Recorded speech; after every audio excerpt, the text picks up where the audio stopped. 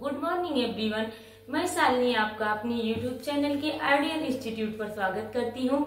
बच्चों, आज हम लोग क्रिया पढ़ेंगे। पिछले वीडियो में हमने संज्ञा, सर्वनाम और विशेषण पे बात की हुई है, तो आज हम लोग क्रिया पे बात करते हैं। क्रिया का साधारण अर्थ होता है करना। बच्चों, जैसे जब किसी शब्द से कुछ करने का बोध होता है तब वहाँ पे क्रिया होती है।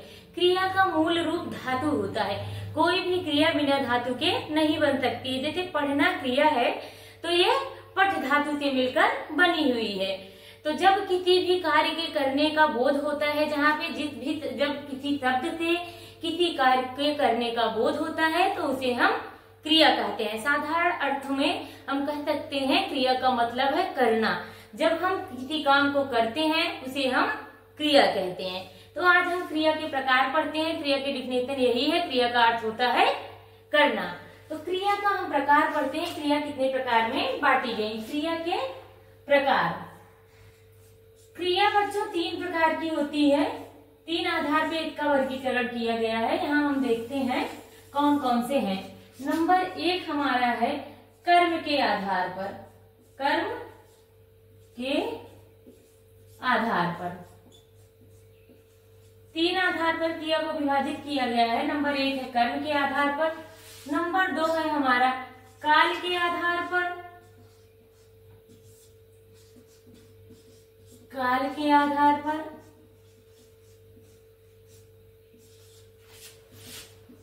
नंबर 3 बच्चों हमारा है संरचना या प्रयोग के आधार पर।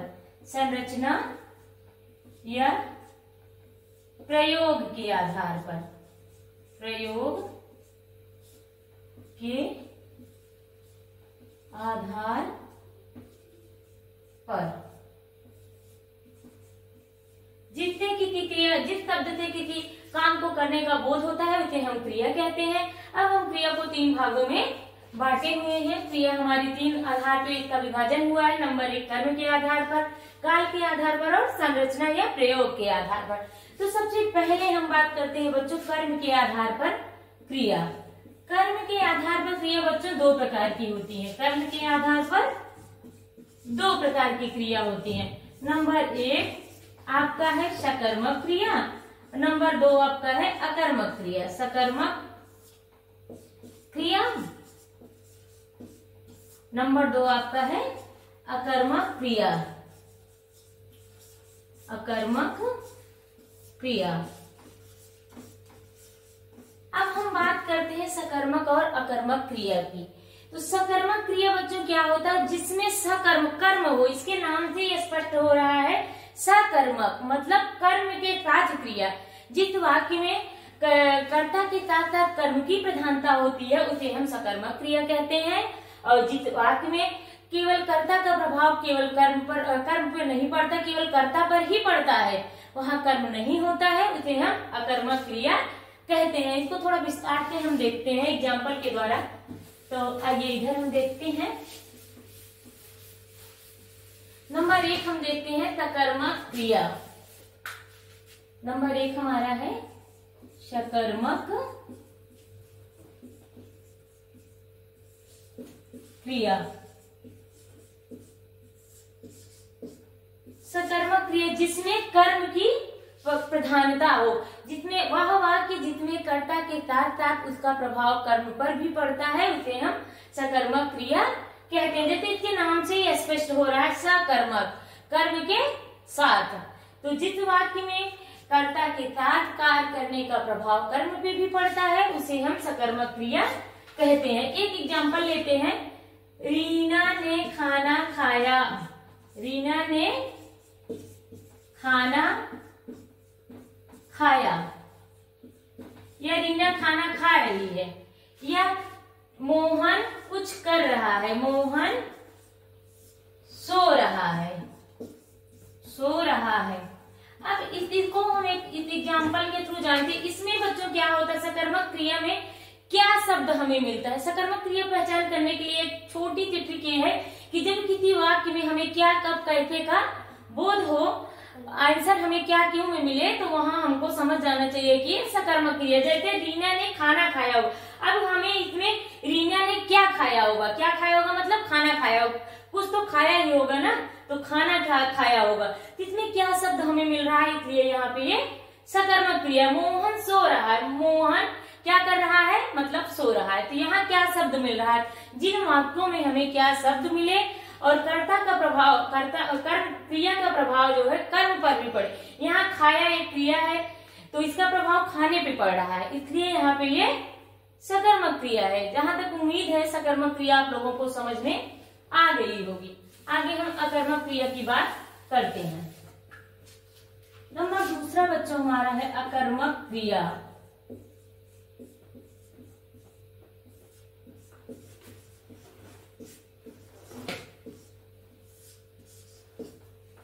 अकर्मक क्रिया ऐसा वाक्य जिसमें कर्ता कार्य करने का जो प्रभाव है केवल कर्ता पर पड़े उसे हम अकर्मक क्रिया कहते हैं। इसमें कर्म नहीं होता है, कर्ता अकेले ही होता है, इसलिए इसे हम अकर्मक क्रिया कहते हैं। एक एग्जाम्पल लेते हैं, मोहन दौड़ता है।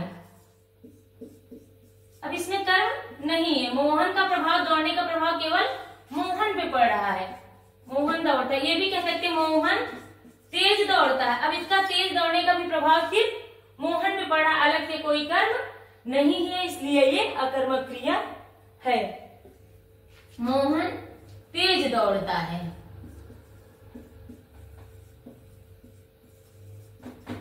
ठीक बच्चों, यहाँ पे नोट करके आप लोग याद रखिए, इसमें कुछ शब्द होते हैं, देखिए स्थान, स्थान काल,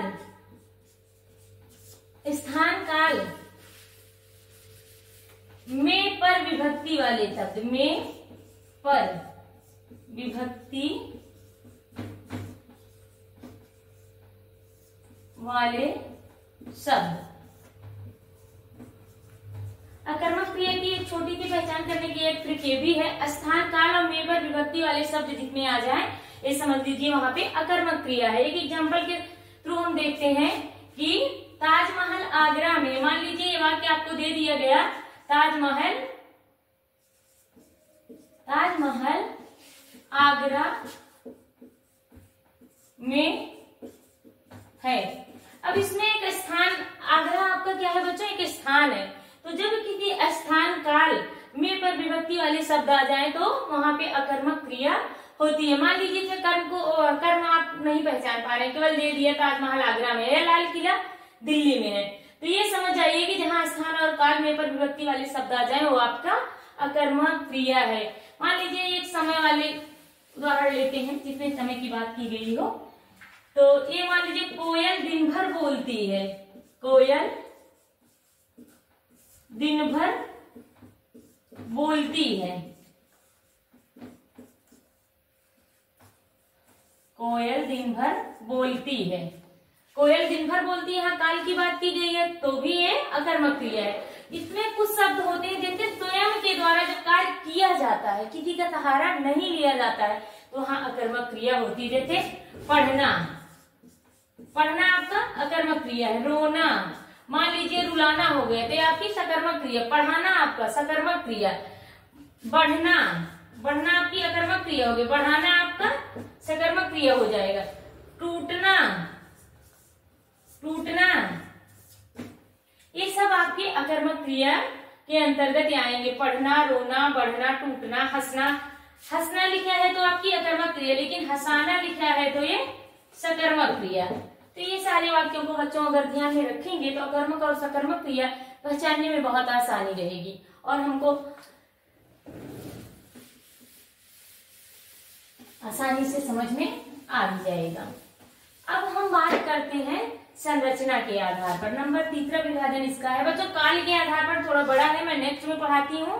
नेक्स्ट वीडियो में भी हम संरचना के आधार पर बात कर लेते हैं क्रिया की। संरचना के आधार पर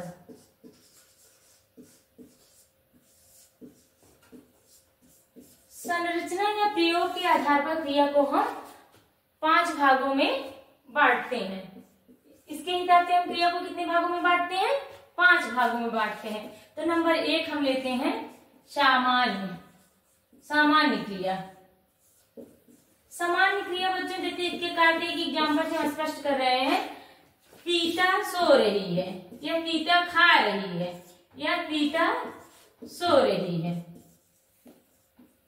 ये आपकी हो गई। या मोहन गया, कुछ भी एक वाक्य ले लेते हैं जो सामान्य तौर पे हो रहा है तो आपके समान क्रिया के अंतर्गत आ जाते हैं। नंबर दूसरा है बच्चों इसमें, नंबर 2 हमारा है संरचना के आधार पर। नंबर 2 हमारा है प्रेरणार्थक क्रिया। ये इंपॉर्टेंट है बच्चों, एग्जाम में पूछा जाता है। प्रेरणार्थक क्रिया, इसके नाम से स्पष्ट होता है जिसमें किसी भी कार्य को करने के लिए प्रेरणा दी जाए। जब किसी वाक्य में कार्य स्वयं न करके किसी और से कार्य को करवाया जाता है या किसी को कार्य करने के लिए प्रेरित किया जाता है तो उसे हम प्रेरणार्थक क्रिया कहते हैं। डिफिनेशन लिख नहीं रहे हैं बच्चों, हम बोल दे रहे हैं क्योंकि मुझे नहीं लग रहा कि लिखने की जरूरत है। इसको एग्जाम्पल से हम इजी वे में समझ सकते हैं। तो जब किसी कार्य को हम किसी दूसरे से प्रेरणा देकर करवाते हैं या किसी दूसरे को कार्य करने के लिए प्रेरित किया जाता है तो वहां पर प्रेरणार्थक क्रिया होती है। फॉर एग्जाम्पल देखो, शिक्षक ने अध्यापक से किताब पढ़वाया। शिक्षक ने मोहन से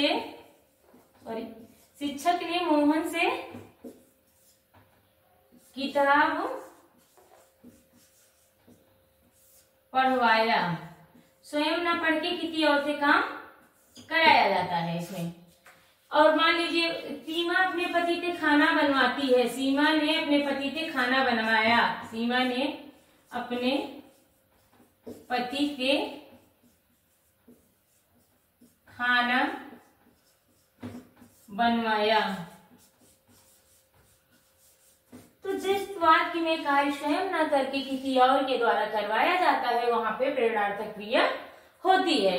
शिक्षक ने मोहन से किताब पढ़वाया, सीमा ने अपने पति से खाना बनवाया। नेक्स्ट और नंबर 3 हमारा आता है संरचना के आधार पर। नंबर 3 हमारा आता है पूर्वकालिक क्रिया। पूर्वकालिक क्रिया।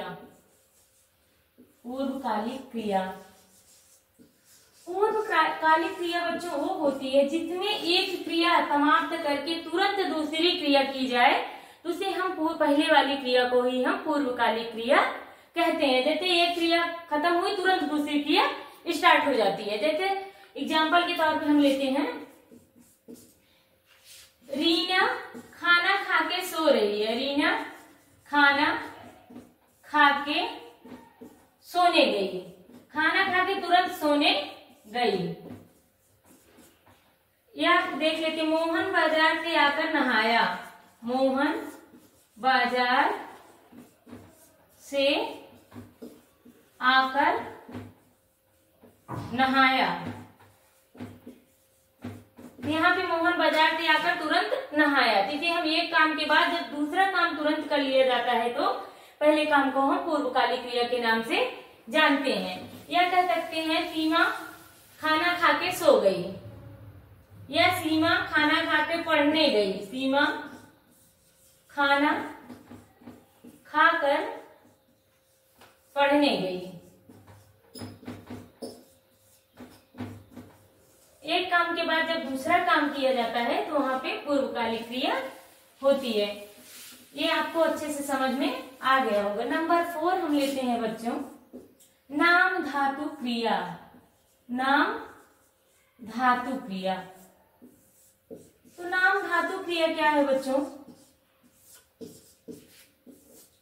नाम धातु क्रिया वो क्रिया जिसमें संज्ञा, सर्वनाम तथा विशेषण विशेषण के द्वारा वाक्य को बनवाया जाता है। संज्ञा, सर्वनाम, विशेषण वाले शब्द के द्वारा वाक्य को बनाया जाता है, उसे हम नाम धातु क्रिया कहते हैं। इसमें संज्ञा, सर्वनाम और इसकी एक पहचान, इसमें आना वाना, एक ट्रिक लिख लीजिए नाम धातु क्रिया की पहचान करने की। आना वाना प्रत्यय का प्रयोग होता है। इसमें आना वाना प्रत्यय का प्रयोग होता है। एक एग्जाम्पल लेते हैं, जैसे पछताना, पछताना, बतियाना, बतियाना। ठीक है बच्चों, पछताना, बतियाना, जो भी आना वाना शब्द जिन वाक्यों में लगा रहेगा वो आप समझ जाइएगी कि वो नाम धातु क्रिया है। पछताना, बतियाना, अपनाना, अपना से अपनाना, बुलवाना, कहलवाना, जो भी शब्द ऐसे आए जिसमें आना वाना प्रत्यय का प्रयोग लास्ट में हुआ हो वहां पे नाम धातु क्रिया होती है। ये संज्ञा सर्वनाम तथा विशेषण वाले शब्दों से ये बनाई जाती है। नंबर 5 हमारा आता है संयुक्त क्रिया। नंबर 5 और लास्ट संरचना के आधार पर नंबर 5 संयुक्त क्रिया। संयुक्त मतलब होता है दो, एक या एक से अधिक। जिस वाक्य में एक या एक से अधिक क्रियाएं होती हैं वहां पे हम संयुक्त क्रिया कहते हैं। या जिसमें दो क्रियाएं लगातार एक साथ आती हैं, एक ही वाक्य जिसमें दो क्रियाएं एक साथ लगातार आती हैं उसे हम संयुक्त क्रियाएं कहते हैं। जैसे एग्जाम्पल के तौर पे देखते हैं, मोहन स्कूल जा चुका है, या सोहन खाना खा लिया है। सोहन खाना खा लिया